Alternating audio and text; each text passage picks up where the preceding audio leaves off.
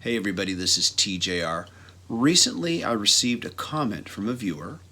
He goes by the name of Wes Manducci. Hopefully if that's your real name, I've said it correctly.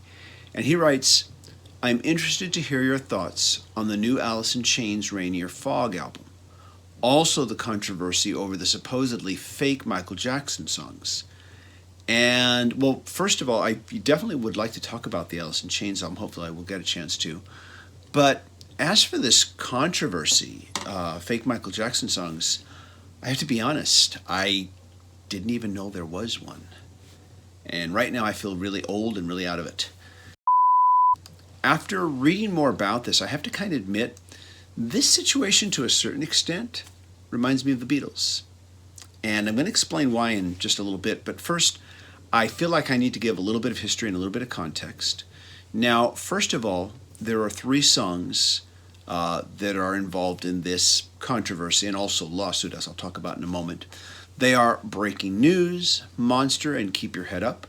All three of these tracks were released on the first posthumous Michael Jackson release, entitled simply Michael.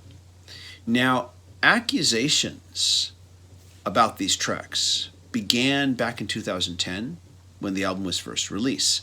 And some of these accusations stating that this isn't Michael Jackson singing on these tracks were made by some of Michael Jackson's own relatives. Now, in 2014, a class action lawsuit was brought by a fan named Vera Surova. I hope I've said that right.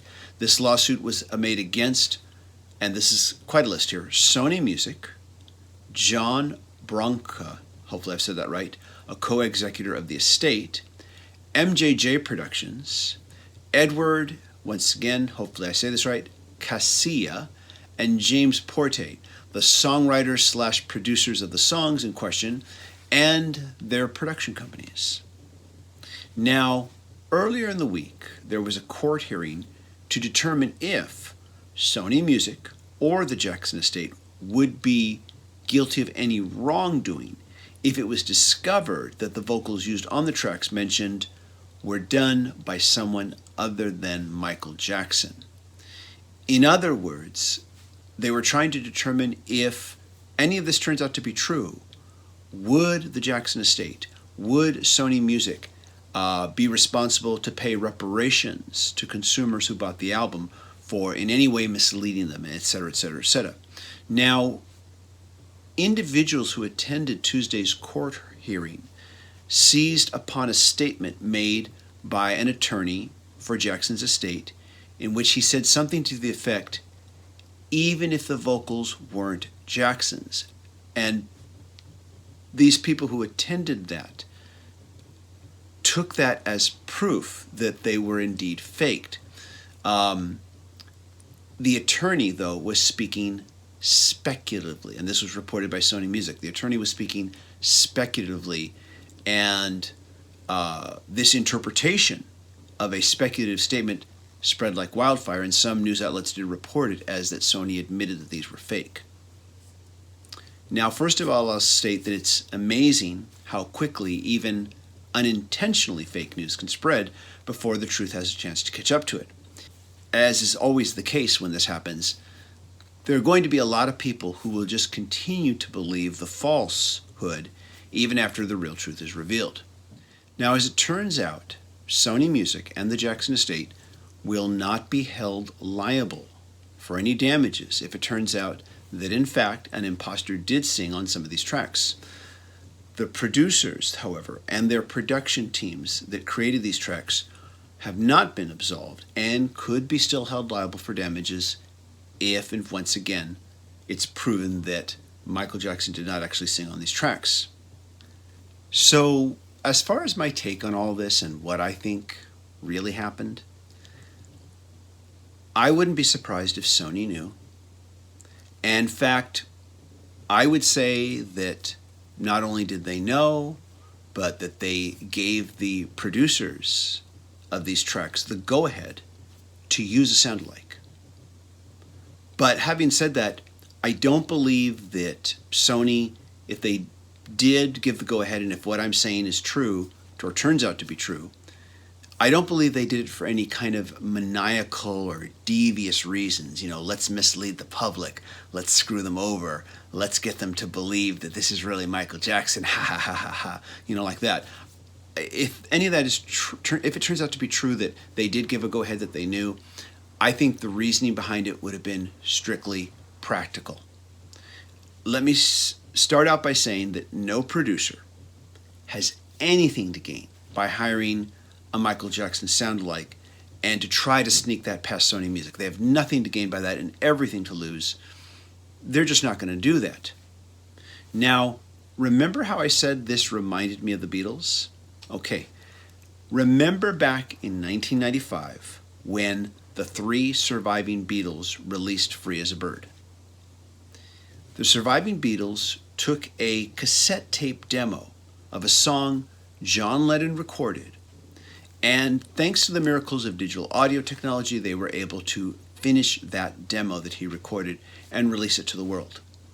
Now, Paul McCartney admitted in an interview that he sang along to John Lennon's vocals to help strengthen them. He was very careful to make sure that his vocal only strengthened Lennon's vocal and didn't overpower it. It was probably just a necessary thing to do to make the track release ready.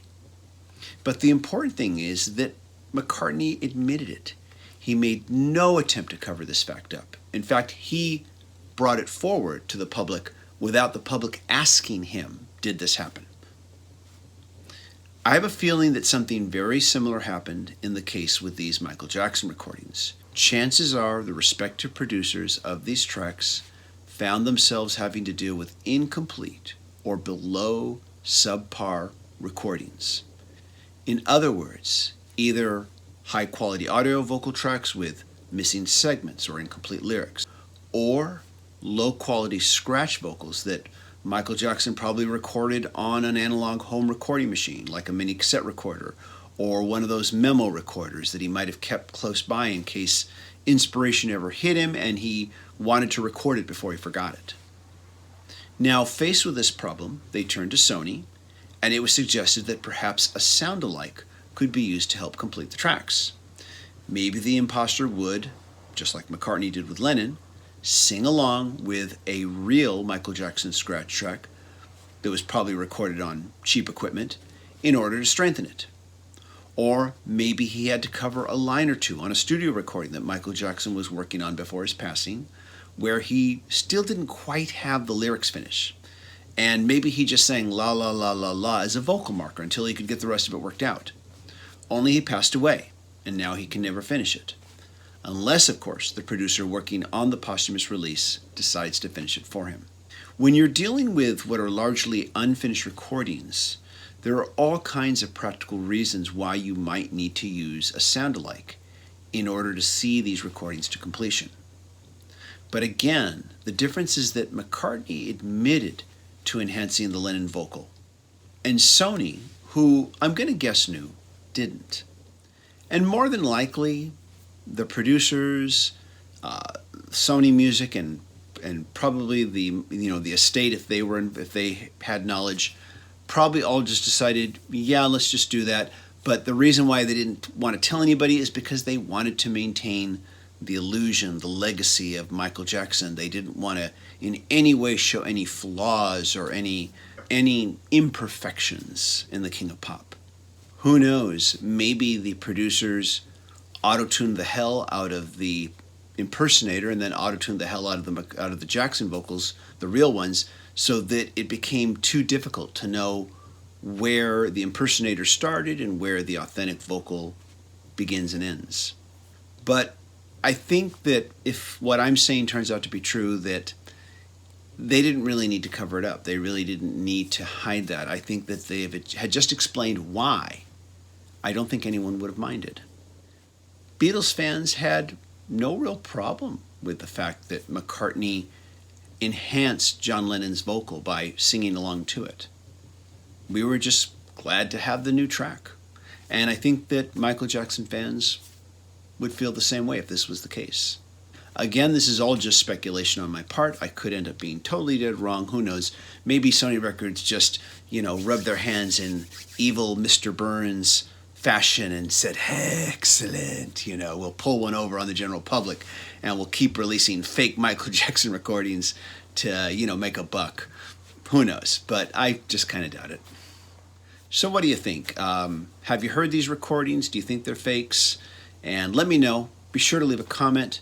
As always, if you like what I do, please be sure to click like and subscribe and click the notifications icon so you can know when I release new videos, everybody. Thanks so much for watching. I really do appreciate it. And once again, help me out by sharing these videos with all your friends on your social media. Take care. Bye-bye.